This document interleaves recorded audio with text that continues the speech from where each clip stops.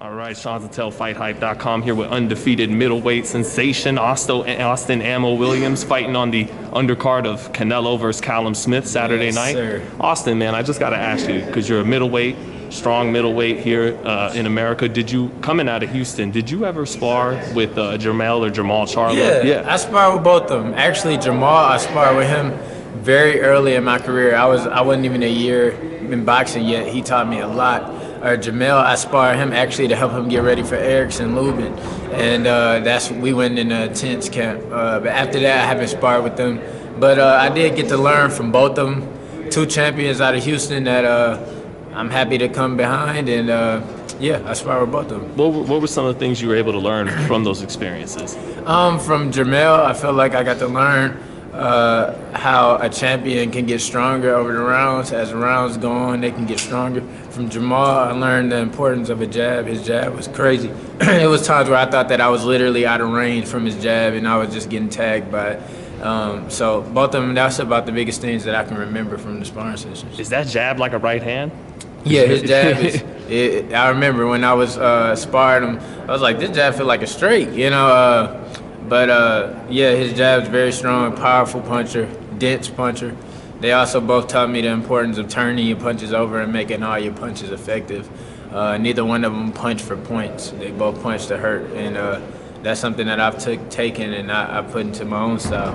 I don't punch for points. I don't punch to, you know, sometimes you can set things up and throw out little tap shots, but the majority of your shots should be with bad intentions and to make a statement. So, yeah, that's a big thing that I took from them guys. That's a similarity you got coming out of Houston. Yeah, Houston fighters, I think,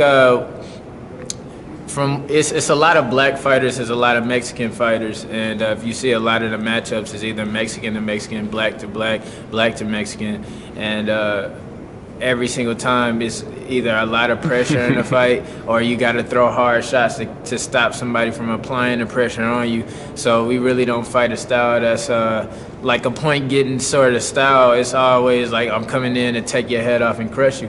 I'm so happy that I grew up in the boxing sport in Houston, because I don't remember many easy fights. You know, every single time I fought, it was a war, it was a battle. I had to assert myself and show a guy, you know, like I'm here to stay. I had to really, you know, press my will on guys. You ain't just gonna go against a Houston fighter and tip tap and then they'll back off. No, if they feel like you can't hurt them, you're gonna be in for a hard, terrible night.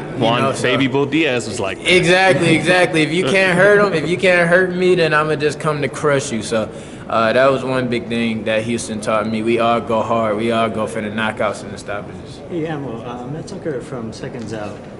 Recently, you had a viral video of you kind of lighting up your sparring partner in training. Yeah.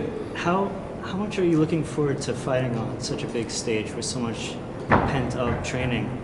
Oh, you know what? I actually, you know, got that out the way as far as that pent up in Mexico. You said you blamed it on the pandemic. Yeah, I mean. So how excited are you to get out there and do it for real? Like I said, I already fought in Mexico, you know, on October 23rd. And that was the time that kind of broke that ice of being pent up. But like I said, even in that sparring session, I could have knocked the kid out. I was really having fun in there, and it was backfired on me. Again, too, like I said, in the boxing gym, if you come into a gym and you call somebody out, you gotta, you know, expect the consequences. So we didn't see that part. Yeah, people didn't see that part, but you know what? It's okay that people didn't see that part, because people are not gonna dig that deep to find out that part. They're just gonna comment on the video. So, you know, it didn't really hurt me too bad. I just was like, you know what? People don't always know the full story, but they're gonna do what's gonna make people talk the most. So at the end of the day, you know, it's boxing. I'm not a lawyer, I'm not a doctor, I'm not a school teacher. My job is to destroy people, take people out. That's how I get paid, that's how I get my check. So I really can't apologize, you know, for doing what gets me paid. And again, if you go into a boxing gym, this is a message for everybody across America. If you go in a boxing gym and you call somebody out, you better know what you're doing, because you know, you can't get away with that. You're going into a place where people dedicate their life to their craft. I sacrifice my life every time I get in the ring. So if I go into the gym, my place of work, where I'm supposed to get better, and somebody comes in and they call me out and they say they're going to do X, Y, Z to me, then you're going to have to show me. I was only 5-0 at the time. So, you know, I still am a baby in the game myself. So, you know, it's not like I'm a world champion yet, but everybody, you know, perceives me as a world champion already, as they should, because I will be one.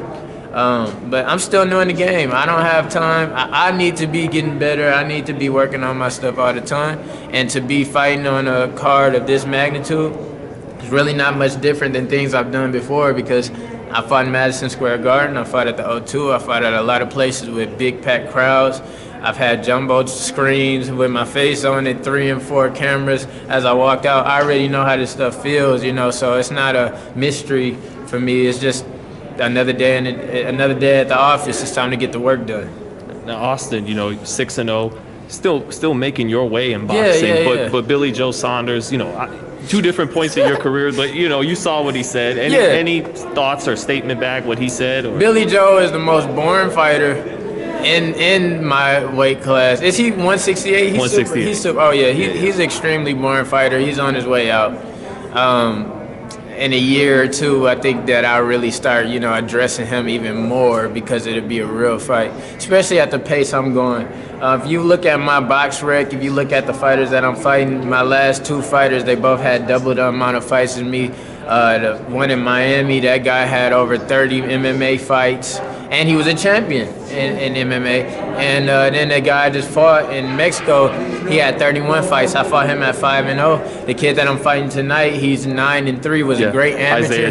Isaiah Jones, he has double the amount of fights than me, has never been stopped before. I go in there, knock him out, make another statement, continue my journey, my fast track. Then I feel like in about 6 months or a year, I'll be really calling out Billy Joe, and he's somebody that will have to address me. Especially after having performances like he's having, he's gonna have to really address me, because he's not blowing anybody's mind with his performances. People actually are, you know, bored to death watching him fight. So I would actually kind of help him, you know, as far as the hype and people wanting to see a fight. I'll actually be somebody who will help him. So Billy Joe, he's just another guy. And another guy that tried to take advantage of the time I was in when the media was against me. But little did he know he was actually helping my career. So that's